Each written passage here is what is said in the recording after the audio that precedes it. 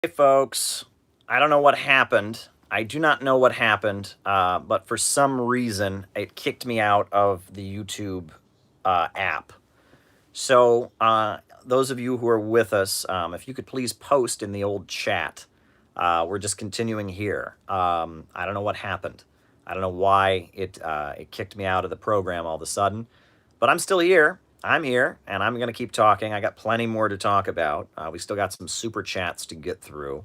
So as you're all here, post this link in the old chat. Be sure to post this link in the old chat. Bring people on board.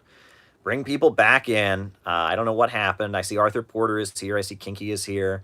I see Big Haywood is here. It was a weird cutout, but it gave me an opportunity for a bathroom break, so that was good. I needed a bathroom break. That was good. And I'll get back to the Duterte question. But yeah, everyone come back in. Come on over here. I don't know what happened, technical difficulties or whatever. Maybe the internet's overwhelmed with this coronavirus stuff. I see Jenny Lynn is here. I see you're all here. I'm glad you're here. Um, People are asking all kinds of stuff. The CPI conference, we're going to schedule it once society's back on. I don't want to have it online. It's just not the same thing. But yeah, and I'm going to get back to that. But be sure to bring everyone back on board. Bring everyone back on board. Um, Make sure we all pile back in here. I don't know why YouTube technical difficulties or whatnot. I've still got loads of things to talk about, right? We're stuck at home, Corona streaming, right? I mean, we ain't gotten any place to go. My next super chat. Well, you better send it to me as a super chat then, Simran. But yeah, pile in, folks, pile in, and I will answer these last two remaining super chats. And we'll keep talking about what I want to talk about, more super chats, whatever you want to talk about. Sorry this happened. Very frustrating. I hope folks pile back in. Bring it on. Bring them back in. Bring them back in. Come on, folks. Come on back. Come on back. Yeah, we're continuing this live stream conversation, right? They're not going to ruin my day. I'm going to keep going. I'm going to keep going and talking, and they're not going to stop me. Darn right. Darn tootin'. All right. Okay. So the last two questions I had. The first was about the Philippines. So, folks, the Philippines, right? I was quite excited when Duterte got elected. Um, I was hoping that he would be like the Hugo Chavez of the Philippines. I was very excited because he was calling himself a socialist. Thank you, Nick Gallo, for the super chat. And he was calling himself a socialist, and he appointed a member of the Communist Party to his cabinet, and he was going to have peace with the Maoist rebel group. He was going to have a peace agreement with them, and he was going to end the South China Sea stuff and make a deal with China, which he seems to have totally de-escalated that, so that was good. But at the same time, no. I mean, he was a very big disappointment. I don't know if folks are aware, but at the time he was elected, U.S. media was just blasting him because he was associated with anti-drug kind of vigilante groups in the Philippines. So I wrote an article called Drugs, Duterte, and the Nature of Imperialism. And that article was actually republished by, of all people, Alex Jones. InfoWars republished me. They republished my article. You can actually look. It's still up on the InfoWars website. They have an article by me about drugs and the use of drugs and the drug issue and why drugs are not associated with progressivism around the world and why anti-drug vigilante groups are considered progressive in many anti-imperialist countries. But regardless, the martial law, the killings, the suppression of the left, Duterte has been a huge disappointment. But he is more independent. For all of his flaws, he's more independent. He's not a U.S. puppet. He has a bigger layer of independence. And really, Duterte represents bourgeois nationalism. He's a lot like Modi in India. He's a lot like the leader of Turkey, Erdogan. And we're going to see more of this. Now that we have a strong anti-imperialist bloc, that creates room for the national bourgeoisie of countries, the domestic bourgeoisie, that is not for imperialism but not for socialism, to get stronger. Right? There's more of an opportunity for quote-unquote bourgeois nationalism now to emerge. And so leaders like Modi, leaders like Erdogan, leaders like Duterte are going to emerge more. I think there will be more socialists as well, but in situations where the third world bourgeoisie is able to flourish more and be more independent. It's not completely dependent on the United States. We're going to see more leaders like that. You know, yes, Duterte promised to end corruption. There were a lot of things that looked very, very good when he got elected. It didn't work out that way. Now, who's to say that it'll necessarily be that way, right? It may come a point where Duterte is so dependent on the working class, he's forced into a socialistic direction, right? Bolivarianism began as kind of a bourgeois nationalist movement in Latin America, right? They said they were not for either capitalism or socialism, they were for the third way, they called it. But then Chavez got elected and the coup, and they needed the working class. The Venezuelan working class became so essential. Um, became so essential in I'm writing this down, coronavirus. They became so essential in anti-imperialism that ultimately the working class became the leader of the anti-imperialist coalition, and that's why you had Bolivarianism. So it's complicated. These things are complicated. Okay, so the next question is, do I know any mutual aid coronavirus charities to donate to? You know, a friend of mine named Joe is in. Thank you, Herb Bryant, for your super chat. A friend of mine named Joe is in Long Island, and I know he's been doing some stuff with Democratic Socialists of America. They've been helping people who've lost their jobs. They've been doing some kind of community services, and that's a really good thing. And yeah, Joe is there, and I know he's been doing some mutual aid kind of work, and he was telling me about it, and I think that's really, really great that they're doing that. You know, put the sectarian stuff about DSA aside. If they're doing community work and helping people who are in need, and they're doing it in the name of socialism, that's tremendous. And I think Joe is the guy to talk to about mutual aid and what people are doing in this time of coronavirus. He's the guy to talk to about that. Now, the next super chat was about Italy, and will this strengthen Salvini? I don't think so. I think that actually right now there's a mass frustration with the Italian government and a feeling that the Italian government has ruined this. So, hey, Caleb, says Joe the Red. Hey to you, Joe. So yeah, I think that there's a feeling that the Italian government has really screwed up. I don't think they're going to get stronger. Okay, folks, so that gets me through the super chats. So before we continue, I would urge you, please, please hit that like button if you haven't hit the like button, because we're now in a new video thanks to YouTube screwing this up. Someone's saying I should sue YouTube. I'm not going to sue them. Oh, thank you, Silber Milner. Thanks for being you. Well, thank you, Sable, for this very, very nice super chat. I do appreciate it. Thank you very much. That's very sweet. I see the dancing guy with a maraca. But we're now on a new stream, right? I mean, this just says continued, right? I just jumped right back into it.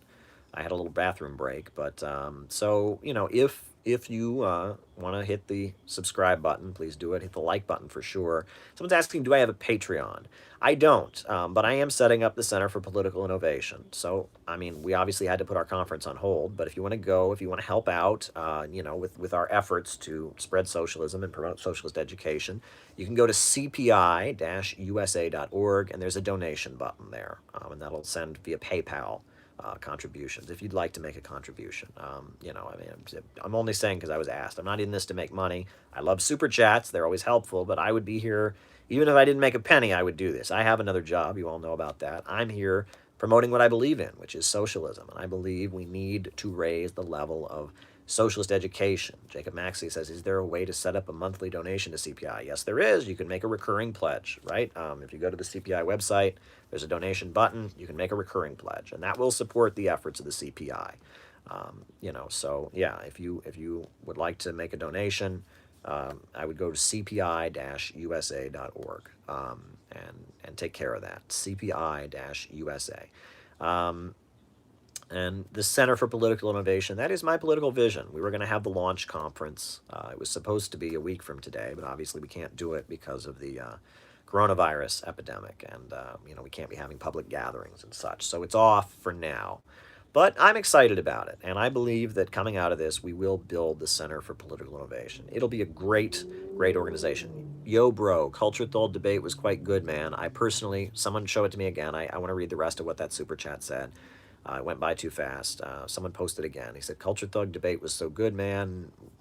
And then he said something after that, and I want to see what he said. So please post that super chat. Someone make it go by in the chat again. I want to give this guy his due. I personally am almost a Nazi, just slightly Marxist still. Why am I wrong, comrade? That's a bizarre question. That is a very, very bizarre question. How do you feel about referring to other socialists as comrade, and who should be considered a comrade? Okay, all right. So I want to answer these super chats. So we got Nazi almost a communist. Okay. And we got comrade. Okay. It's interesting because I actually wanted to talk about some of this stuff. So Nazi almost a communist. There was nothing socialist about Nazi Germany. Nothing socialist about Nazi Germany. The industries remained privatized. And if you want to know about the economics of Nazi Germany, you should read Hitler's Banker. It's a biography of Hjalmar Schacht, who was the Nazi economist. The Nazi state was a Bonapartist regime. It was a Bonapartist regime. That's all it was. Unions were crushed. Workers were not allowed to strike. They propped up the economy with lots of military spending, lots of slave labor in concentration camps. And Nazism is based on bigotry. It's based on a belief that Germans, ethnic Germans, are superior to other people, right? Hatred for Slavs, hatred for Jews most especially, hatred for people of Africa and Asia. Nazism is a supremacist ideology, and it resulted in the launching of the Second World War, which millions of people died. I don't understand how you can be a Nazi. I don't understand your question. I think it's a troll question. There's a lot of people that want to subtly accuse me of being, there's a lot of nasty things people say about me. So maybe you're trolling, but there's nothing in common there. That's all there is to it. And I'm going to get into fascism later in this live. I want to talk a lot about fascism because I have a lot of prepared stuff to talk about, and I'm going to move on. So there you go. Comrade. Right? Now, what is a comrade? A comrade is someone you fight alongside. And socialist and communist groups have used that. And it's a different kind of relationship. I believe in Russian they say tavarish. But it's like it indicates a different kind of relationship, right? Your friend is someone you enjoy hanging out with. You have friendship with them. Your coworker is someone you just happen to work with, right? Your colleague is someone you work with on a job. But a comrade is someone you fight alongside, right? And comrades like police, I know they refer to, it'll actually be in the obituary for police when they die. They'll say that his comrades came to the funeral, right? And that camaraderie refers to someone who you fight alongside, right? Not you fight with, but you fight alongside. That's what it refers to, and that's why communists use it, right? Your fellow member of a communist party is your comrade. A good friend of mine proposed that instead of using comrade, to use brother and sister, and that's more American. And I like that, honestly. I think that is more American. And that comrade, on some level, there's some things about the communist culture that's a little too mean. I don't know. It's a little too, you know what I mean? I'm all for people wearing uniforms and building uniforms in communist groups, but someone proposed that we ought to use brother and sister rather than comrade. And I think that's good. But if people want to use comrade as well, I'm for that as well. But I feel like we don't want to scare people. And that comrade sounds like it's from a World War II movie, or it sounds like it's from a Cold War movie. It's comrades. I am, it's a little too LARPy for me. And I liked the idea of using brother and sister rather than comrade. So that's where I'm at, but that's what it refers to, and that's why communists use it. It's used. It's a long history of it, and I respect that history. I don't deny it. There's certain things that are part of the communist culture, like the fist salute, right? Comrades, the red flag, the Internationale, right? And I'm all for that. I'm all for communist culture. We should use employer instead of capitalist. Maybe. Or bosses, right? In the days of the labor movement, they'd say the bosses, dump the bosses off your back. People get all weird about these words, right? The capitalists, the bosses, the employers, the employing class. Well, yeah. Yeah, I mean, I'm all for using whatever word communicates things the best in the situation. Employer doesn't necessarily, I mean, like bankers, for example. I mean, the most powerful capitalists are those in finance, right? The industries and the businesses are all kind of centered around finance. And I mean, the banks, are they bankers? Are they employers? I mean, but they're definitely capitalists. Bankers are definitely capitalists because they make capital. So it's complicated. But I'm all for using whatever word best communicates the feeling and the sentiments at this time. So let me add that. So a couple other things I wanted to mention um, in this live. Tell you what we're going to do. I have kind of a longer segment I wanted to do here, a longer conversation.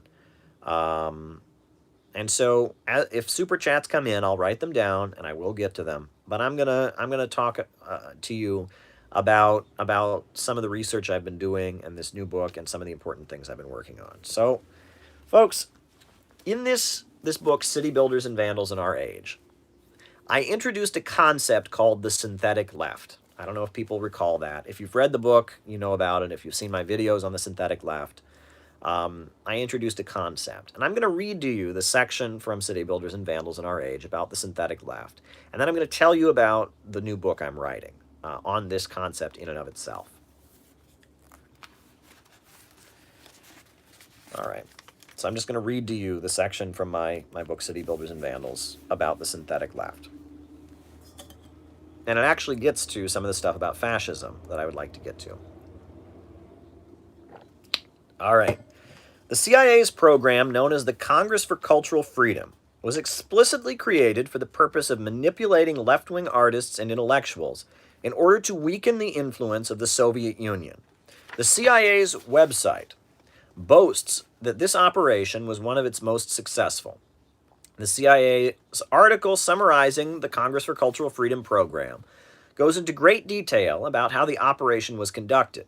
To lead the program, Sidney Hook, a New York City Trotskyite professor, was selected. The program involved covertly funding and circulating a publication called Partisan Review, which highlighted intellectuals like Susan Sontag, Irving Howe, Isaac Deutscher, George Orwell, and others. The idea was to cultivate intellectuals and leftists who were critical of Western capitalism, but who strongly opposed anything that would challenge it on the global stage. The website boasts that the CCF program was carried out by a, quote, cadre of energetic and well-connected staffers willing to experiment with unorthodox ideas and controversial individuals if it was what it took to challenge the communists at their own game. Through the CCF program, the CIA covertly funded the work of Jackson Pollock, a painter who refused to depict people, scenery, or even clear shapes, but simply splattered paint onto his canvas. His abstract modern art was viewed as a celebration of Western freedom, contrasted with the propaganda of the Soviet Union in which artists sought to espouse a political message. Among academia, the Frankfurt School and neo-Marxism were pushed forward with the help of U.S. intelligence agencies. Herbert Marcuse, who had been employed by the U.S. State Department and intelligence agencies, became the selected academic spokesperson for the New Left. Efforts were made to portray Stalinism and the pro-Soviet communist parties as authoritarian and out of touch. Sidney Hook is quoted as saying, "Give me $100 million and 1,000 dedicated people, and I will guarantee to generate a wave of democratic unrest among the masses, yes, even among the soldiers and sailors of Stalin's empire, that all his problems for a long time will come from the internal. I can find the people."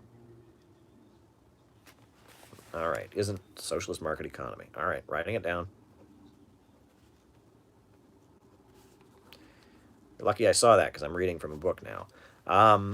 But afterwards, after I'm reading from a book, it'll be much better. All right, so, okay, I can find the people. The efforts to control the revolutionary intelligentsia and separate it from the revolutionary movements across the planet went beyond academia and leftism.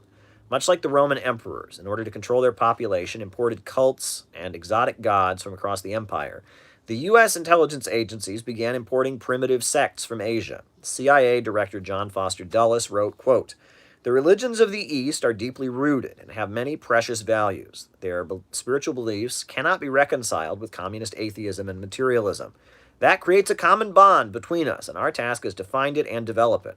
The CIA followed Dulles' instructions, and some of the most primitive Eastern cults were not only supported in Asia as they worked against the Chinese Communist Party, but brought to the USA to flourish among intellectuals who might otherwise have become Marxists. The Dalai Lama's regime in Tibet was particularly repressive, with serfdom, executions, torture, and mutilations. During the 1950s, hundreds of thousands of people died as the United States airdropped Buddhist monks with stockpiles of weapons into the mountains of Tibet to foment civil war against the People's Republic of China.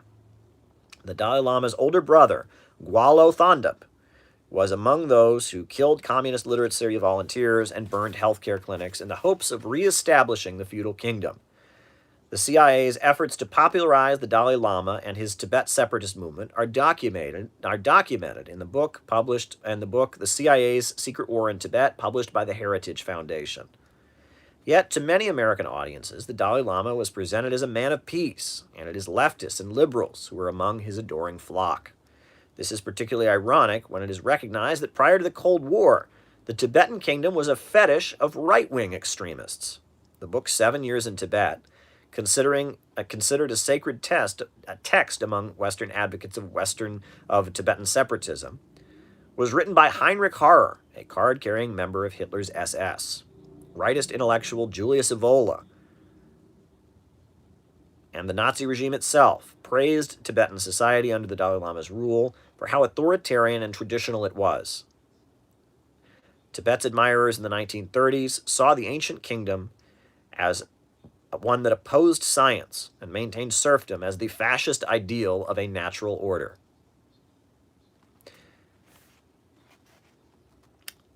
Abhaya Savami was the first of many Indian gurus to be brought to the United States. In 1966, he established the International Society for Krishna Consciousness, commonly known as the Hare Krishna movement. The organization actively recruited young peace activists, students, teenage runaways, and other demographics that commonly made up the revolutionary intelligentsia to a far right-wing brand of Hinduism. Many other mystics and gurus who are considered to be far right-wing extremists and fanatical anti-communists in India trickled into the United States. In India, these religious teachings were associated with massacres of Muslims, assassinations of trade unionists, child marriage, and the caste system. These sects generally opposed any effort to correct social injustice, arguing that the poor should live a humble life in the hopes of being reincarnated into a better person. Those who aligned themselves with these most right-wing authoritarian elements in India were carefully selected to become the favored teachers among peace activists and left-wingers in the United States. The Hare Krishna movement became a staple of anti-war rallies. In addition to anti-communist politics and Eastern cults, the use of narcotics has become an aspect of left-wing activity in Western countries. Revolutionary movements around the world always fought to liberate working people from the horror of addiction. Wiping out the scourge of heroin and opium is one of the Chinese Communist Party's greatest achievements. The CPUSA forbid its members from using drugs, and many socialist organizations in U.S. history even discouraged the drinking of alcohol. Marxists have generally seen drug addiction as a horrific scourge of capitalism, in which those who turn to substances in order to numb their pain. Marx famously compared religion to opium, saying it is the heart of a heartless world and the soul of soulless conditions. However, covert efforts by the U.S. government aimed at cultivating a synthetic left and preventing the rise of any effective socialist movement reversed this long-standing position among Marxists and socialists. During the early 1960s, the CIA launched a program called MK Ultra and began to conduct experiments and distribute hallucinogens to college students. In many places where young people were opposing the Vietnam War, marching for civil rights, LSD, marijuana, heroin, and cocaine always seemed to be present. Dr. Timothy Leary, a fired Harvard psychology professor, traveled across the United States urging young people who protested the Vietnam War or marched for civil rights to use narcotics. His slogan was "Tune in, turn on, and drop out," and he became a national figure, speaking on many college campuses and appearing frequently on national television. On August 17th, 2010, the retired Fidel Castro devoted one of his columns in Cuba's daily newspaper, Granma, to quoting from Lithuanian writer Daniel Estulin. Castro's column describes efforts to subvert leftism in the United States. Quote, both in the United States and in Europe, the big outdoor rock concerts were used to stop increasing discontent among the population. According to recently released CIA documents, thanks to the Freedom of Information Act, Alan Dulles purchased over 100 million doses of LSD, almost all of which flooded the streets of the United States during the 1960s. Thousands of graduate students served as guinea pigs. Soon, the overwhelming majority of anti-war protesters went into Students for a Democratic Society on the basis of outrage at the developments in Vietnam. But once caught in the environment cultivated by the Tavistock Institute's psychological warfare experiments, the Tavistock Institute, by the way, was a British intelligence psychological research center set up in Britain, and it still exists, the Tavistock Institute for Social Research. Their sense of values and their creative potential went up in a cloud of smoke. That's Fidel Castro, folks. That was a Fidel Castro column. The Malthusian concept of overpopulation and the belief that scientific progress is an affront to Mother Nature has also slipped into leftist discourse. While environmental problems and climate change are certainly a reality, the answer is obviously more scientific progress, not less. New sustainable energy sources must be developed and utilized. The economy must be controlled. Can religion play a revolutionary role? Religion. Writing it down. The economy must be controlled in order for resources to be used in a logical way in line with long-term plans, not the short-term interests of individual capitalists.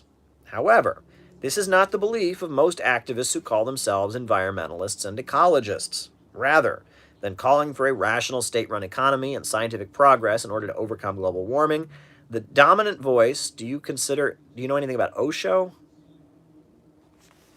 Osho, hippie, New Age. Writing it down. All right.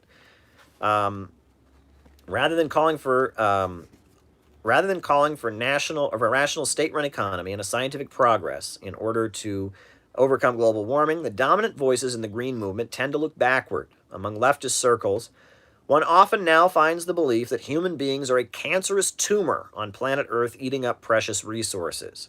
The neo-Malthusian voices that speak up in the name of environmentalism now call for drastically reducing living standards in the human population. Many great infrastructure projects in the name of developing the world have been stopped in the name of ecology. One of the central beliefs of many within the current that can accurately be described as the synthetic left is a rejection of historical progress. While the political designations of left and right can be traced back to the French Revolution and the very concept of historical progress itself, so much has been distorted. This distortion is not accidental, but has been documented as the result of intentional work by intelligence agencies.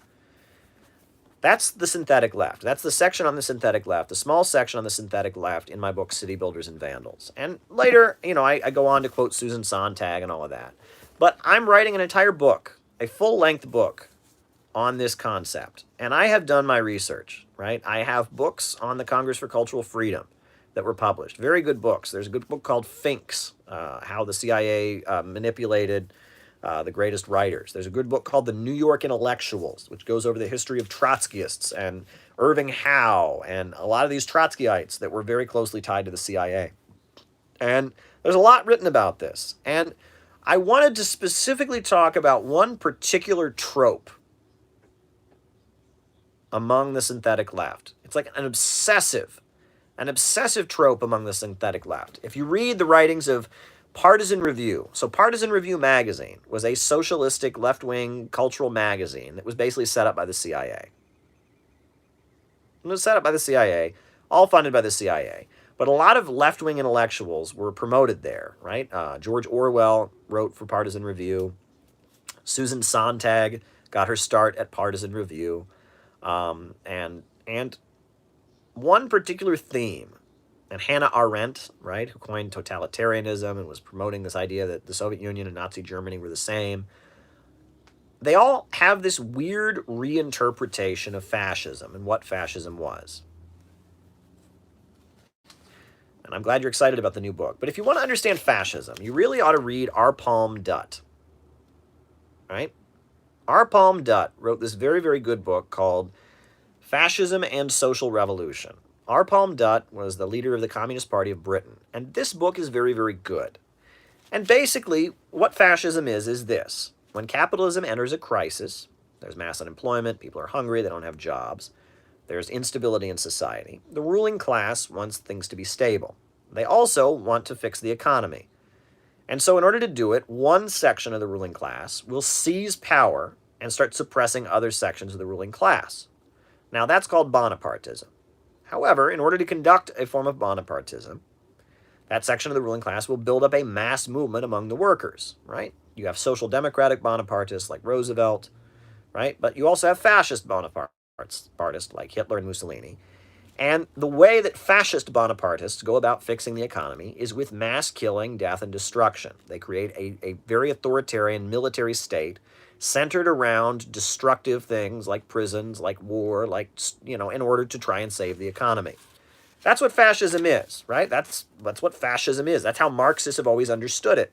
They've understood fascism as a form of Bonapartism. And if you read Hitler's Banker by Hjalmar Schacht, that's pretty clear what it is, right? Fascism is a form of Bonapartism. It's one section of the ruling class violently killing and tearing things down and destroying people in the hopes of saving capitalism. That's what it is. That's what it's always been. And in fact, R. Palm Dutt, in his book, Fascism and Social Revolution, he lays it out pretty well. This is 1932. He's writing this. He says, 2 alternatives, and only 2, confront the existing society at the present stage of development of productive forces and social organization. One is to throttle the development of productive forces in order to save class society, to destroy material wealth, to destroy millions of superfluous human beings in the slow rot of starvation and the quick furnace of war, to crush the working class movement with limited violence, to arrest the development of science and culture, and to turn to ever more destructive war as the supreme aim of each imperialist bloc striving to find a way for itself at the expense of its rivals, and thus save for a while the rule of the possessing classes at the expense of a return to barbarism and spreading decay. This is the path that finds its most complete organized expression in fascism. The other is to organize the productive forces for the whole of society by abolishing class ownership of the means of production and building up the classless communist society, which alone can utilize and organize modern productive forces. This is the path of communism, of the revolutionary working class. The issue of these 2 paths is the issue of the present epoch. It is to the former of these 2 alternatives that the existing capitalist world of today is moving at an increasing pace, to which it will more and more visibly develop in the period ahead, if the revolutionary working class does not succeed in the time in saving the whole future of civilization and human culture. That's what fascism is. Fascism is when capitalism is in a crisis, one section of the bourgeoisie takes power, it unleashes barbarism, it puts people in prisons, it executes people, it centralizes the military, and it tries to save capitalism with war, death, repression, and destruction, right? That's why Mussolini, what did he do? He colonized Africa, right? He rained brutal repression down on the people of Libya who were fighting for their independence around Omar Mukhtar and others. He invaded Ethiopia. That's why, Hitler restarted the armaments industry. He built the autobahns. He put a whole bunch of people in concentration camps. It's beating people down. Mass destruction by one section of the ruling class in order to save capitalism. That's what fascism is, right? It's an attempt to save capitalism with mass destruction, right? That's what fascism is. And I see David is with us. Welcome, David. We're going to do it at a different time. We know different folks in different parts of the world and all that. Glad David's with us. David's great. And there's a lot of folks from Australia who love these lives, so we're going to do it a little bit later. We started pretty early for Australian folks, but fascism, right, has always been an attempt to save capitalism with mass destruction. It's rooted in the crisis of overproduction, right? That the capitalist is constantly trying to increase technology. In doing that, he eliminates workers from the means of production. As a result, products can't be sold. You have an economic crisis. It's the same thing that happened in the 30s. Overproduction, underconsumption, right? When the capitalist advances technology and creates poverty and creates lots of overproduction, it's the built-in problems of capitalism result in the situation where there's mass unemployment and the capitalists attempt to save their system with mass destruction, right? That's what fascism is. Marxists have always understood that, until now. This book is hard to find. Fascism and Social Revolution by R. Palm Dutt is very hard to find. Not widely discussed. And if you go into left-wing circles now, people don't know what fascism is. Right? In the 1930s, the communists, they knew exactly what fascism was. They understood it. The Trotskyists, Leon Trotsky understood what fascism was. He had a little bit of a different interpretation. He focused on middle class and armed groups, but he knew what it was. Everybody knew that fascism was an attempt to save capitalism with violence and destruction. It was rooted in the problems of capitalism. But not now. Folks, there's an individual called Wilhelm Reich. Has anyone ever heard of Wilhelm Reich? Wilhelm Reich was a German psychoanalyst. He was born in Austria, Austrian-born psychoanalyst. He was a friend of Sigmund Freud, and he was in the German Communist Party. And he basically believed that the cause of Hitler coming to power was sexual repression. And he was kicked out of the German Communist Party. He wrote a book called The Mass Psychology of Fascism. And the German Communist Party saw that book and said, this is a bunch of malarkey. It's a bunch of bull honky. And we are just getting rid of him. And they kicked him out of the party. And the book basically said that the reason Hitler had come to power in Germany was because parents in Germany were not letting their kids masturbate. It's nuts. You read it, it's nuts, right? People, when they don't have sex, energy builds up inside their body, and they want a leader, and so they find fascist movements as an expression of their sexual pent-up desires. It's nuts! It's the stupidest thing I've ever heard, right? Maybe there are problems with sexual repression, sure, but sexual repression is not the cause for Hitler coming to power in Germany. And he publishes this book. Sigmund Freud said it was nuts, kicked him out of the Freudian movement. The German communists kicked him out, and kicked him out of their movement. It was a nutty theory. And Wilhelm Reich was nuts, and he believed all mental illness was caused by lack of sexual satisfaction. If you just have enough orgasms, you will never be mentally ill. If you just have enough orgasms, there won't be fascism. This guy was a nut, right? And he fled Germany, obviously, moved to the United States. And in the United States, he set up a cult. A cult, right? And he believed that orgasms, the sexual orgasm, created this magical energy called orgone. And it was this magical energy that was in the universe called orgone. And he started selling people these boxes that they were supposed to masturbate inside of, and so the orgone would stay in there. It was nuts, and it was fraud. Albert Einstein inspected one of his boxes and said, this is, malarkey, you're a liar. But he had a cult, right? And people say it was like the beginning of some of the other cults we've seen. Jimmy Dore, right? I would love to go on Jimmy Dore, right? It was a cult, right? And he ended up they cracked down on him. It was fraudulent. He was just a liar. So you would think nobody would take Wilhelm Reich seriously. This is just some crackpot in Germany, right? This is just a crackpot, a German crackpot. The communists kicked him out because he wrote this book that was outrageous, right? The Freudians kicked him out. But I have here in my hand Adorno, called The Authoritarian Personality by Theodor Adorno. Theodor Adorno is one of the main thinkers of the New Left. And who does Theodor Adorno, in his book The Authoritarian Personality, who does he cite as one of his great influences on the cause of fascism? Wilhelm Reich. And let me add that Wilhelm Reich announced that the Soviet Union were red fascists. They were fascists, just like Nazi Germany, right? He was basically a trot. He was a trot psychoanalyst who had nutty theories about orgone energy and all that. Well, this book that I have here in my hand, which is like sacred reading, this is an essential text of understanding the new left, right? This is the Frankfurt School. Theodor Adorno, the Frankfurt School. This is one of their central texts. It cites Wilhelm Reich as one of their main thinkers. It cites Wilhelm Reich. And if you read this book, this is a study. This was Theodor Adorno, who was a Marxist, founder of part of the Frankfurt School, theoretician of music.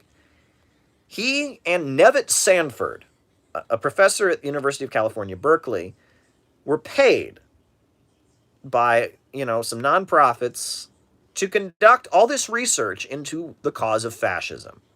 And they developed this thing called the F scale, right? F stood for fascist. It was how fascist you are, right? And they developed this theory of what they called the authoritarian personality, drawing from Wilhelm Reich and going around and interviewing people. And they rated people on this scale of how fascist they were. And, you were fascist if you had very, very strong beliefs, if you didn't like ambiguity, if you didn't like modern sexual practices, if you liked certain types of music but not other types of... it's just silliness. This is, and Adorno was promoted by the CIA. They in Partisan Review, as in the English-speaking world, the German CIA-funded left-wing magazine was called Der Monat. And Adorno, that's where he was being promoted. The Congress for Cultural Freedom, operation was promoting Adorno.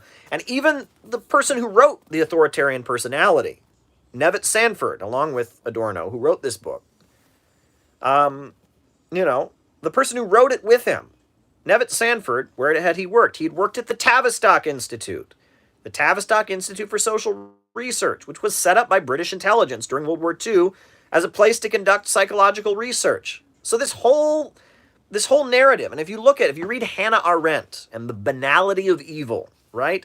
If you read Hannah Arendt on totalitarianism, it's this whole way to avoid. They don't want to talk about the actual cause of fascism. They don't want to talk about the Great Depression. They don't want to talk about overproduction. They don't want to talk about Bonapartism. They don't want to talk about how capitalism creates these crises and it's unstable. They want to talk about authoritarian personalities. They want to talk about masturbation and Wilhelm Reich. It's a joke, but it's a way to bury the brilliance of the Marxist understanding. Marxists understand why fascism originated. Marxists understand it. Those folks don't. Wilhelm Reich did not. And it's a way to obscure and cover up the actual Marxist understanding of why fascism has taken place. And it's criminal. It's absolutely criminal, because we're in a period where there's mass unemployment. We're in a period where, capitalists are replacing workers with machines. All this stuff is happening. And instead of talking about, what it's really about, instead of going back to the economics of capitalism, Bonapartism, and all of that, instead of doing that, oh, no. We're talking about Wilhelm Reich. We're talking about people who don't like ambiguity, who like certain types of music. I mean, there's a reason that the CIA paid for this. There's a reason. There is a reason that the CIA paid for this stuff. There's a reason that Adorno was promoted by the Congress for Cultural Freedom, that they subsidized his work. There's a reason that Susan Sontag said that fascism is communism. Susan Sontag said that communism is fascism, successful fascism, the most successful variant of fascism. That's what she said. How is communism fascism? Well, it is. And actually, in one of her essays, she declares that gymnastics is fascist.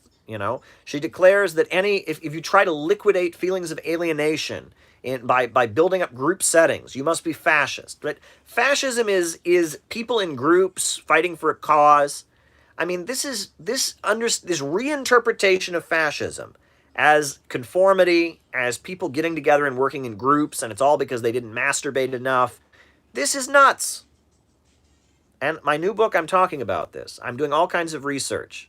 I've been reading about the New York intellectuals, Hannah Arendt, Susan Sontag, where they originated, Partisan Review, Irving Howe. I've been reading about Wilhelm Reich, and I am writing a book on the synthetic left that will blow you all away. I'm talking about the socialist who betrayed socialism, Margaret Sanger, right? Margaret Sanger was the leader of the Socialist Party in New York City, a big donator to the IWW, the Wobblies, but she sold out socialism for sex and started getting funded by the Rockefellers to promote Malthusianism, right? I'm gonna talk about that, right? The book you're holding says the concept of the authoritarian personality was discovered by a Nazi psychologist who merely valued its traits. Well, regardless, Adorno, that narrative, that fascism is rooted in psychology and sexuality, not rooted in the problems of capitalism. It is a poisonous narrative, and it's a way to cover up the actual cause. It's a way to avoid the actual discussion. What actually happened? Why did fascism happen? Fascism is caused by capitalism in decay. Fascism is caused by capitalism in decay. And the CIA has worked so hard to obscure that. As Stanley says, it's rooted in material contradictions. They go out of their way to obscure the actual causes of fascism and cover them up. And it's wrong. It's unacceptable.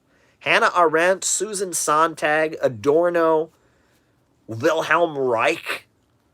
This stuff is nuts. And it's problematic.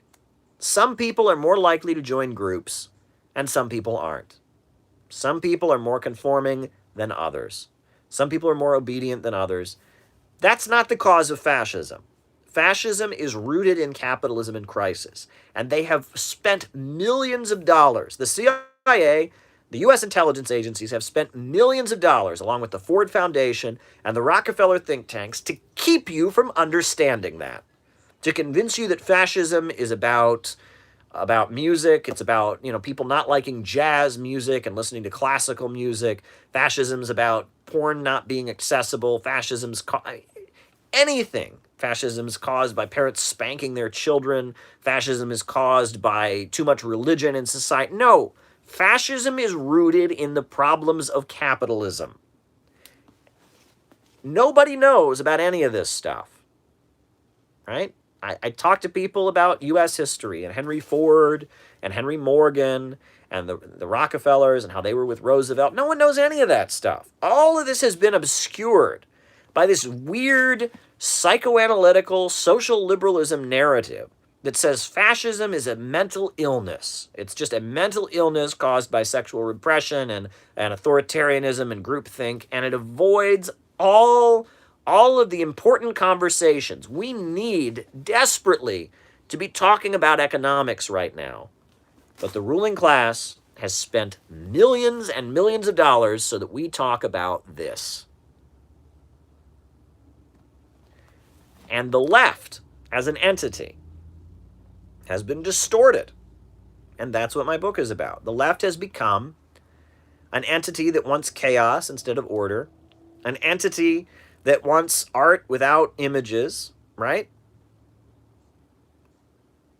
Ramiro says the synthetic left are the only academics, only leftists allowed in academia, and he's right about that. Absolutely right about that. Right? That you cannot be a real Marxist in Marxist academia now. That Marxism has been distorted. So distorted. Marxism is about writing music reviews. Marxism is about writing film reviews. Marxism is about alienation. Marxism is about, Marxism is about overproduction and underconsumption. It's about class struggle. It's about workers and bosses, and they have obscured it. They have manipulated Marxism, and they have worked really hard to convince people that actual Marxism is fascism. Right? That's what Susan Sontag says. Oh, communism is fascism, successful fascism. right? And that's what Wilhelm Reich said. The Soviet Union are red fascists. And that's what Adorno thinks. And that's what Susan Sontag, Hannah Arendt. And what is the worst part of all of this is that deep down, underlying Adorno, underlying Hannah Arendt and Susan Sontag, underlying all of that is hate for ordinary people. If you really read into what they're saying, you read the banality of evils. Hannah Arendt, right? She went, after Adolf Eichmann, who was a Nazi, killed a lot of people in the Holocaust, he was arrested in Argentina, was taken back to Israel, was put on trial, and eventually hanged. So Hannah Arendt writes this book about Adolf Eichmann and about his trial. And she writes about him and about how he was a normal person, the banality of evil, the ordinariness of evil, right? And it's all about how Adolf Eichmann is just a normal, everyday person.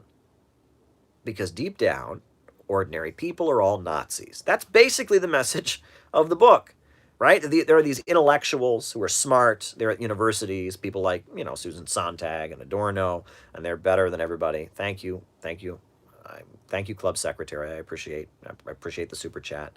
There are these intellectuals, there are these smart people, and they're better than everybody else. But when the ordinary people, when the rabble get together, when the ordinary rabble organize, when they start demanding things, when they form groups of people, and they start working together in these groups, and they come up with group goals, that's fascism. And the Soviet Union was fascism. And all the communist groups and movements, they're all fascist, because when people get into groups and start wanting to change society and building up mass movements and trying to get things done, that's fascism. It's anti-populism. That's what these people have declared. Basically, if the working class gets together and starts fighting for its rights, that's the equivalent of Nazi Germany, and they're in a group, and they're working together, and they have an agenda, and they're fascists. And what we need is freedom. What we need is individuality. We need sex. We need people to be able to pursue sexual things. We need people to see shades of gray. We need people to say there is no truth, that everything's just a matter of opinion. Right? And that communism and fascism are the same thing. They're totalitarian because they involve people getting together and believing in principles and working for a cause and fighting for something they believe in. And we can't have any of that. Oh, no. We can't have any of that. We just need individuals. We need competing narratives. We need people expressing their individuality. They're libertarians. They're libertarians when you get down to it. What they really believe is libertarian. They're not that different than Ayn Rand. Right? The individual above all else. This stuff is disgusting. Right? It is a distortion. It is an absolute distortion. And there's a reason that the CIA paid for this. There's a really big reason that the CIA paid for all of this. Congress for Cultural Freedom. Read about Adorno. Adorno got his funding from Der Monat, right? He was published by this magazine that was CIA funded. He worked with someone who worked for British intelligence and was doing secret. You read about it. Adorno, Hannah Arendt, Susan Sontag, all this stuff was funded by the CIA, and a lot of it is drawing from Wilhelm Reich, right? Who was a crackpot, who was completely discredited. This stuff is really dangerous, and it has completely distorted leftism. And many other ways. I talk about Malthusianism, and how the Rockefellers basically bought off Margaret Sanger and funded her to push, Malthusianism and pushing the idea we need to reduce the human population. I talk about, the use of Trotskyists and how Trotskyists have been manipulated and used to support, anti-communist uprisings, right? I'm going to talk about Gloria Steinem. Yes, there's a biography of Zbigniew Brzezinski. And it talks about how Gloria Steinem and Zbigniew Brzezinski worked together in the 60s for the CIA and communist youth movements and how to manipulate them and all of this. There is a synthetic left. There is an entity walking around in the Western world that calls itself left, and it's not left. It's not left. It's not socialist. It's not left. This entity that walks around claiming to be the left, claiming to be socialism, claiming to be Marxism, is not. It's not, right? The left seeks to bring order, right? Capitalism creates instability and unemployment and suffering, and the left seeks to bring order. These people seek to bring chaos. Marxism believes in materialism, dialectical materialism, and believes that there is objective reality and truth in this world. The synthetic left says that there is no truth. Everything's a matter of opinion, and we need competing narratives. And if you try to tell me that there's a left, if you try to tell me that there's objective reality, you're a totalitarian and a fascist, right? The left sees the people, the masses of people in their millions as the heroes, as the makers of history, and wants to empower them to be involved in politics and to be involved in mass movements, to organize and fight for their lives. The synthetic left says that the ordinary people are a mob of disgusting, dangerous people, and when they get into a group together, that's populism, and that's fascism, and that's dangerous, right? The synthetic left is an entity that is completely, completely different than Marxism and socialism, right? Marxism believes in historical progress. These people believe history has gone too far, right? And that we need to basically go backwards because we're wasting too much energy and all of that. You can read all about this. The CIA manipulation of leftism is a very, very extreme reality that no one will talk about. No one will talk about this. I mean, it's not discussed. It's weird. And on the Marxist left, it's like taboo to even bring this up. You just don't go there. Well, let's talk about it, right? I'm writing a whole book on it, The Synthetic Left. It'll be called The Synthetic Left and the Future of Socialism. I'm going to talk about drugs. I'm going to talk about mysticism and primitivism and Malthusianism. I'm going to talk about this weird anti-fascism where fascism is, they want to have a psychosexual interpretation of fascism and don't want to talk about the real reasons that Hitler came to power.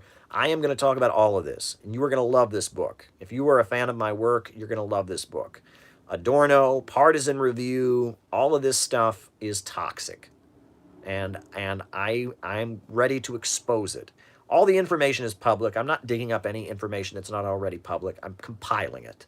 I'm talking about the way leftism has been completely distorted, right? And we saw this play out in the late 80s and 90s. It was the intellectuals in the Soviet Union. It was the color revolutions, the way that the revolutionary intelligentsia has always, there are two currents within socialism, and always have been. On the one hand, you have the revolutionary intelligentsia of middle class, kind of intellectuals who turn to socialism.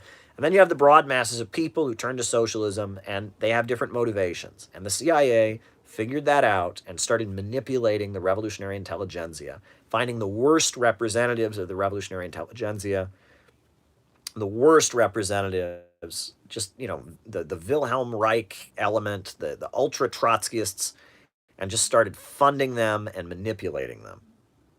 And I've written about this, and it needs to be discussed. And that's why so many young people that get into Marxism are so confused. So confused. So confused. Because what does it mean to be left? The concept of left and right is rooted in historical progress.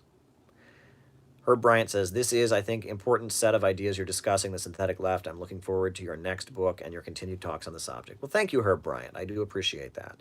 I think it's going to be a great book. I'm almost done writing it. I've got stacks of books that I had been reading over the course. I've been trying to write this book for the last couple years, and it's all coming together. And COVID-19, I guess this is a minor positive. It's a disaster, but it's giving me the time to sit down and finally compile this. So I have some super chats to get to. I hope all of you who asked those super chats are still here. I'm ready to give you your answer. I would love to go on the Jimmy Dore show. I love Jimmy Dore. I've done work with Graham Elwood. He's had me on his show before. He's great. If anyone wants to get me on the Jimmy Dore show, that's fine. I'm totally willing to do it. I keep getting questions. Will you go on the Jimmy Dore show? Yes, I will. But if they reach out to me, I'll go on. No questions asked. Happy to go on with Jimmy Dore. All right. Can religion play a revolutionary role? Absolutely. Absolutely. And we've seen that in Latin America. We've seen that throughout the Muslim world. Many times when people are fighting for their rights as workers, they organize into religious organizations and do it. And Easter is approaching. Easter is tomorrow. I think Christ was a great revolutionary. Jesus Christ laid down his life for the poor and oppressed. And, I think that Christianity has a deeply revolutionary edge to it if people actually study Christianity. And that I would encourage people to look at the Bible as a document that has revolutionary stuff in it. Can't wait for Biden to sniff more hair on TV, says Matthew Mazar. I don't know what you want me to respond to that, but that's what Matthew Mazar says. Osho, hippie new age movement. Well, I talk about that, and I'm talking about it in the book, right? I can't talk to Osho specifically, but the new age movement, we know about, the Hare Krishnas and Eastern mysticism and how the CIA had a whole agenda of funding that kind of thing and promoting that kind of thing, and that was done, right? And I read you the quote from John Foster Dulles where he says the religions of the East are something the CIA is going to support. They create a bond because they're incompatible with Marxist materialism, and that was done. So that, Osho, I've looked at some of the writing. All these guys, they all have interesting things to say, right? They wouldn't, blow up into mass cult leaders or whatnot if they didn't have some good points to make. And Osho's interesting to listen to, but, is that what we need? Do we need new age stuff? I don't think so. All right. Socialist market economy. Is socialist market economy a contradiction? No. Socialism means that the banks, factories, and industries are forced to work in the interests of all society. They don't function according to the chaos of the market. They function according to what is best for the people. They're organized to serve public good and not profits. That's what socialism is. That's what socialism is. And, can you have a market economy in socialism? Absolutely. What I think is interesting is, a lot of people are really into worker cooperatives. Worker cooperatives are market mechanisms, right? They sell products, they compete with other worker cooperatives, they're trying to make a profit and maximize their own intake. Worker cooperatives are market entities, right? And I think a socialist society would have a very big public sector, government would control healthcare, banking, education, things like that. But yeah, I think you would need to have, hotels and restaurants be private. Maybe some of the private sector is cooperatives where every worker gets a share, not just because that's more egalitarian, but because it's more efficient, because every worker will, be trying to work as hard as they can to produce as much so they can get a share of the profits. So, you know, I think that worker cooperatives are good, and I think that a market sector is necessary. I think that we saw some stagnation in the Soviet Union because there wasn't a market sector. They needed to have more of a market sector than they had, and I think that it was a mistake when they didn't have a full market sector, and that China was able to develop a market sector to strengthen socialism. That was very good. And Vietnam, and I'm planning to do a very good interview coming up with a Vietnamese socialist who has a YouTube channel. We're pretty much confirmed to have a great discussion on YouTube pretty soon. So just tune in for that. I'll let you know. That'll be posted, after we have our discussion. I'm going to talk with an actual communist from Vietnam, who's a YouTube personality. Her name is Luna. We're set to have a conversation pretty soon, so I'll be posting that. Yes, I think you absolutely need a socialist market economy. I don't think it's a contradiction at all. But yeah, so what else is on people's minds, folks? Sorry for our little interruption. Now we have two streams, but yeah. If you have anything else, any other super chats you want me to get to before the end, then we can wrap up. I'm excited about this new book that I'm writing. There you go.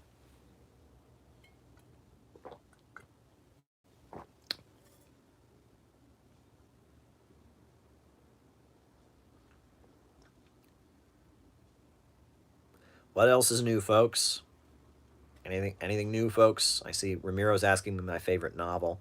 I don't really read fiction. That's the problem. If I read fiction, I could give you more of an answer. But, at one point I was trying to read all the socialist fiction, but I couldn't really get into it. I'm not really, when I was in high school, I read Stephen King, and I was trying to read, I read fiction maybe when I was in high school and stuff, but I just can't get into fiction. It's just not really, I see Janasi, and he's saying, please do a book list. And it's interesting because I got a request from somebody that I actually go through my bookshelf.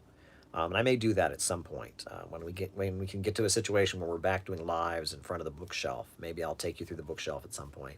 But I worry about that a little bit because there's a lot of books on my bookshelf that I don't agree with. I have Ayn Rand books. You don't see them, but I have them. And it's like I don't want people to think that every book that's on my bookshelf is something I adhere to, right? And people will do that. People will say, "Oh, Caleb has that on his bookshelf." And just because I have something on my bookshelf, just because I learn from reading something, doesn't mean that I endorse it, right? And there's a lot of things on my bookshelf that are not my viewpoint. That needs to be understood. And I feel like I worry that if I go through a bookshelf, people are going to accuse me of endorsing and blindly promoting every book on my shelf. I mean, I promote books that I don't agree with. There are a lot of things on my bookshelf that I wouldn't want to promote. I wouldn't endorse. Just because I have learned from it, I keep it on my shelf. It's a good resource for me. I mean, sometimes I'll read books just for how they're written. I will read books that I don't agree with at all, just because I'm trying to learn from the argumentative style, or just because I'm trying to see some key data that they have, right? There's books where it's like the facts that are in those books are very important for me. It's useful, but I don't agree with the author's perspective, right?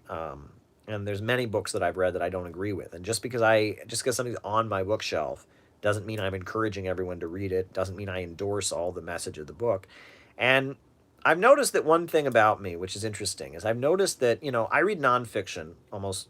That's almost exclusively what I read, but that I read nonfiction, and I don't sit down and read the book from cover to cover. Sometimes I do. If it's a really important book, I will do that. But for the most part, I look for the information that I need. I read the sections that I need, and then I move on. Like, that's why that question. I just got a super chat from eCamp. How many books do you read a year? I can't really answer that question. I order a lot of books, but I don't read them cover to cover, and then I revisit them. I revisit books a lot. I'll pick up a book. I'll read a couple of chapters of it, and then I'll put it aside. Right? I don't read them cover to cover. I don't read every single word of every single book. That's just not how I do it. And I think that I read more of, I guess, in an academic way, where you know I I read I read some of what I want to learn about. It's like, what do I want to learn about today? I read a book, I learn from it, I put it aside. I don't I don't read in this kind of way where it's like you must devour the book. It's not like watching a movie, right? It's a little bit different than that. It's like so there you go. Kinky is asking me if I went to the library. Someone's saying it's all probably hentai. Well, no, there you go. Isn't that like Japanese pornography or something? People are crazy. But no, Kinky is asking me if I went to the library. My mother was a librarian when I was a kid, and I spent many, many hours in the library. Every day after school, I would go straight to the library. I spent a lot of time in the library. And I actually, the New York City Public Library, they have a great resource of newspapers, and, I mean, libraries are great. I am for libraries. And if it weren't for the libraries, I mean, my mother was a librarian, and I spent many hours in the library looking things up, learning things. Um, yeah. Yeah. So, I mean, libraries are very important. I'm very in favor of libraries. Um, yeah, absolutely. So, folks, this has been a wild, wild afternoon live, but I'm going to wrap it up, I guess, unless any super chats are coming through. I thank you for all who've super chatted. I thank you for everyone who shared it. I'm glad there's so many of you here. We are an important community, right? I mean, there's some of you that are regulars, there's some of you that are just new. I love all of you. Let me just say that. I really do deeply care and love all of you. We are a community. We get on here and we do these lives. I've divided you all into three categories. We got the lovers, I shouldn't say lovers, I said the fans, people that love it, people that are part of this community, right? We got the haters. We got people that come on here and hate watch this, and oh, he is so wrong. Do you think the USA will attack Venezuela with its naval buildup in the Caribbean? I don't think they will. And earlier in the live, before we got cut off, it was pointed out. I was reading from The Economist, and it showed how a lot of the ruling class isn't really buying this drug allegation, and that Trump seems to be pandering to Florida voters and to the Gusano money, and that basically in the Economist magazine, and you can look back. I read from the Economist, and I showed that it seems just like with Iran, like Trump is trying to get political benefit and economic benefit from escalating. Um, Lloyd DeMoss, Psychohistory, Alice Miller. I can't comment on that. I just can't comment on that. But thank you for the super chat, Herb. Um, but we got your fans. You all are here. You're being fans. We got haters, hate watchers, but then we have lurkers. There's a lot of lurkers. There's a lot of lurkers who watch these lives. They don't say anything. They just watch. And I know who some of those people are. And I continue to get insights into who some of those people are. And I almost, in a way, appreciate them the most, right?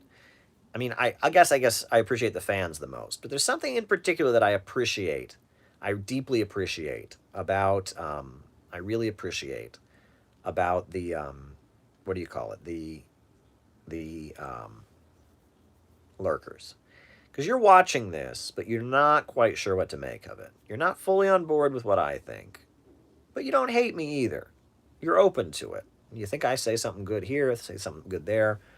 I think some of you might be in a socialist group, or a different socialist group, or a different socialist group, and so you know that I'm not in that group, and what I'm saying is not that socialist group's party line, so it makes you a little nervous, and I can understand that. I was there once. Some of you are new to these ideas. Some of you listen to different political perspectives. I know, I get an idea of who the lurkers are. I want you lurkers to know that you are welcome. You're absolutely welcome. And I speak with passion, and I have my ideas, but you're absolutely welcome to be here. Lurkers are totally allowed. We allow lurkers on this channel. Lurkers are totally free to be here. And if you, at some point, want to step up and get involved in the chat, I allow that. I think that would be a great thing to do. You can be part of this community too. You can disagree with me. You can be a little nervous. You can just be observing, and you can still be part of this community, because we have a great community on this YouTube channel. It's great. I mean, we are, and we're growing. I mean, we are on the way to 10,000 subscribers. It's going to be only a matter of time. I mean, we're in the late 9,000s. So it's only a matter of time. This community is getting bigger. We get on here at least once a week, sometimes more than that. And we come on here and we chat politics, and we argue, and we talk socialism, and we do it in a very unique way.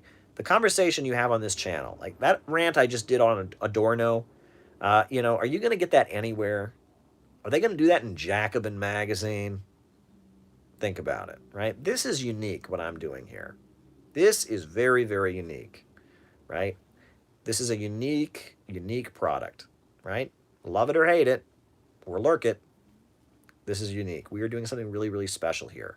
We are a specific community, and we are talking about very specific things, and we are engaging with Marxism and socialism in a way that is not common, right? This is not a common conversation. When I published City Builders and Vandals in Our Age, the book, many people were Many people were surprised. Many people were deeply, deeply surprised, because they said, you're a socialist, but you don't sound like other socialists. You have a really unique way of understanding things. And I feel like this channel in our community can bring something really, really special. That's why I'm trying to set up the Center for Political Innovation, CPI, right? So we can expand this kind of perspective. We have a unique way of understanding things, right? Once this pandemic is over, we'll have a conference, we'll launch the Center for Political Innovation to start pushing this unique understanding, right? Taking up old questions, reviving old solutions, engaging in socialism, debating, wrangling with our modern world and how we can understand it, right? Socialist education, that's what I believe in at this point, right? I mean, activism is going to be necessary, but the role that I have to play is setting up a think tank. We need the Center for Political Innovation to start doing its work. And as soon as this gosh darn pandemic is over and we can start having public events, we're going to launch on the West Coast. We're going to launch on the East Coast. We're going to build a unique socialist educational project, the Center for Political Innovation. And it's going to be really exciting. And I cannot wait. I am so excited about it. I'm really excited about it. It's going to be a great time, because people are waking up. They are more anxious than ever for the message that we have to offer. We have something really, really special to offer. And you all are part of it. You are an essential part of what we are doing here. This is a very, very exciting project, and you are part of it.